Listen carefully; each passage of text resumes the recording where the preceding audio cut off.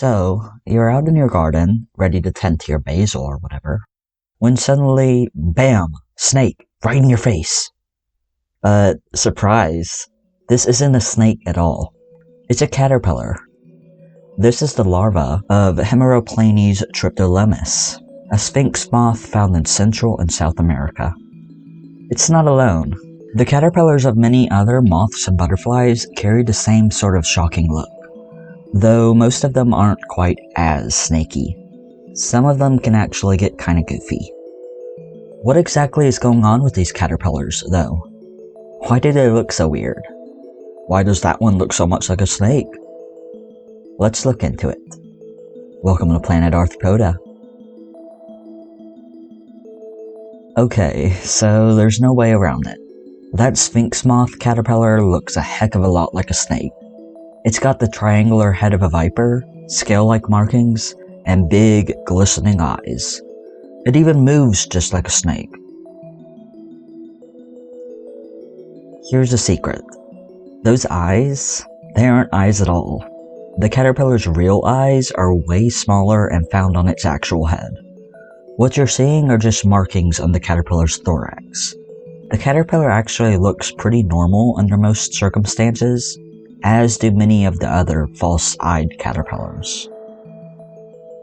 These false eye patterns are fittingly called eye spots. On caterpillars, eye spots are either on the thorax or on their rear end.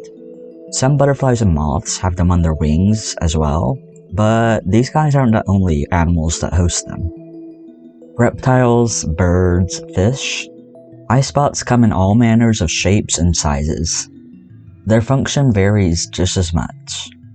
Some, like the peacock, use those eye spots for communication and courtship. More commonly, these markings are used for defense. This is what the caterpillars are doing. Caterpillars are some of the most vulnerable animals out there. They're soft, nutritious little sausages that any predator worth their salt would slurp up in a second. As such, caterpillars have developed many ways to fight predation. Many camouflage themselves and just hope to remain undiscovered in their habitats.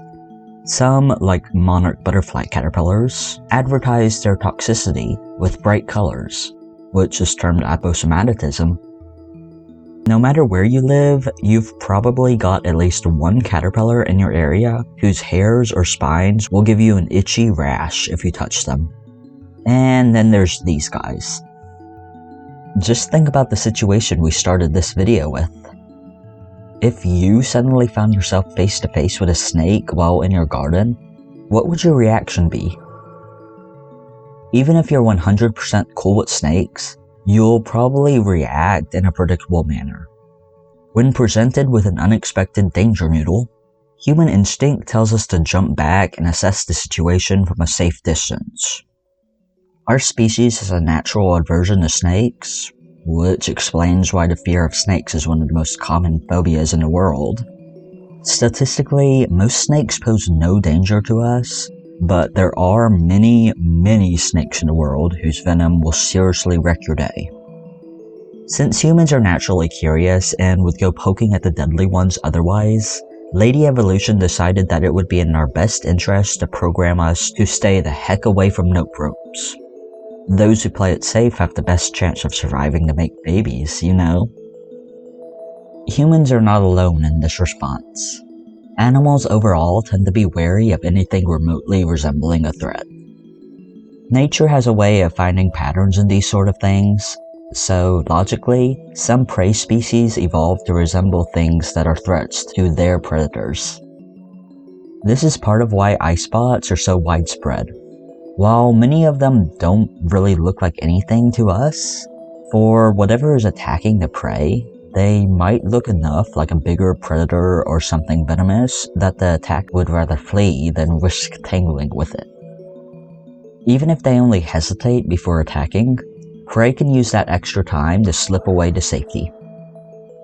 Eye spots don't have to mimic a specific predator to be effective.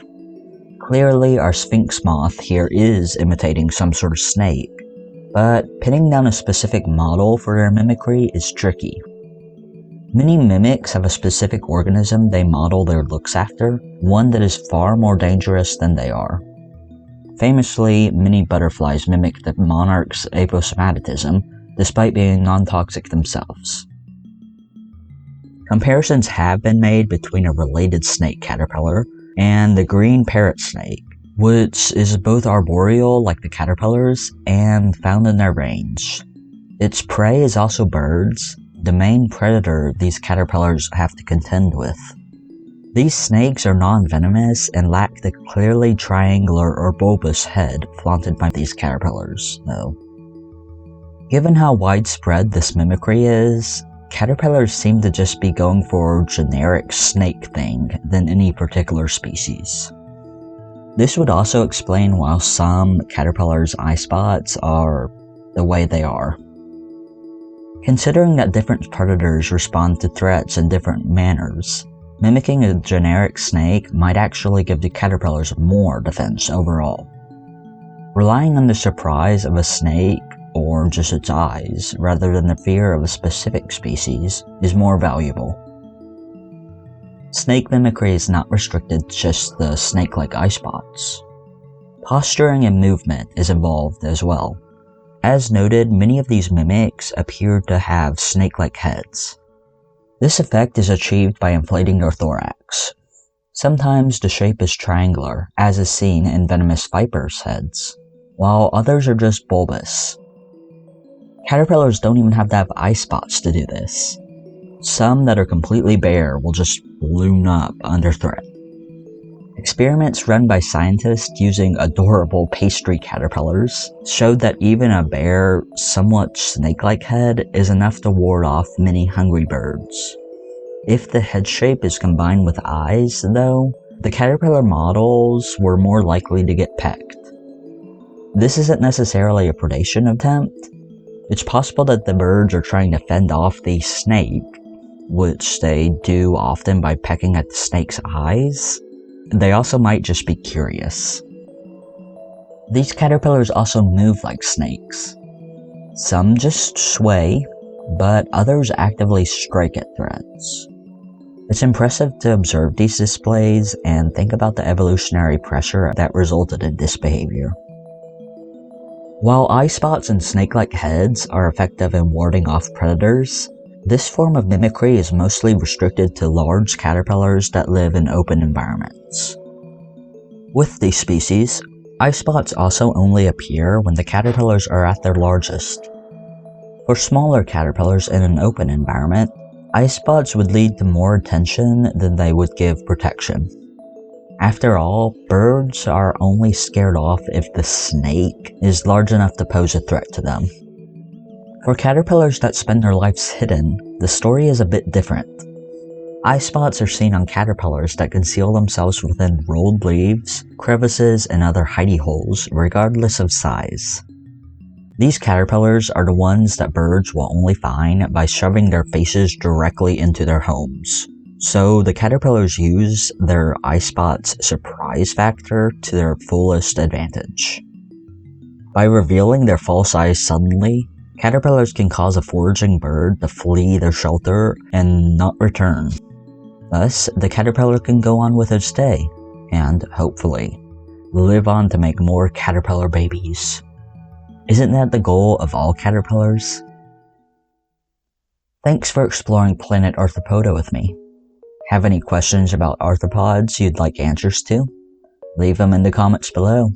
Subscribe to explore the wonderful world of our arthropod overlords with me. Until next time, peace. And don't hate on snakes, even if they're really caterpillars.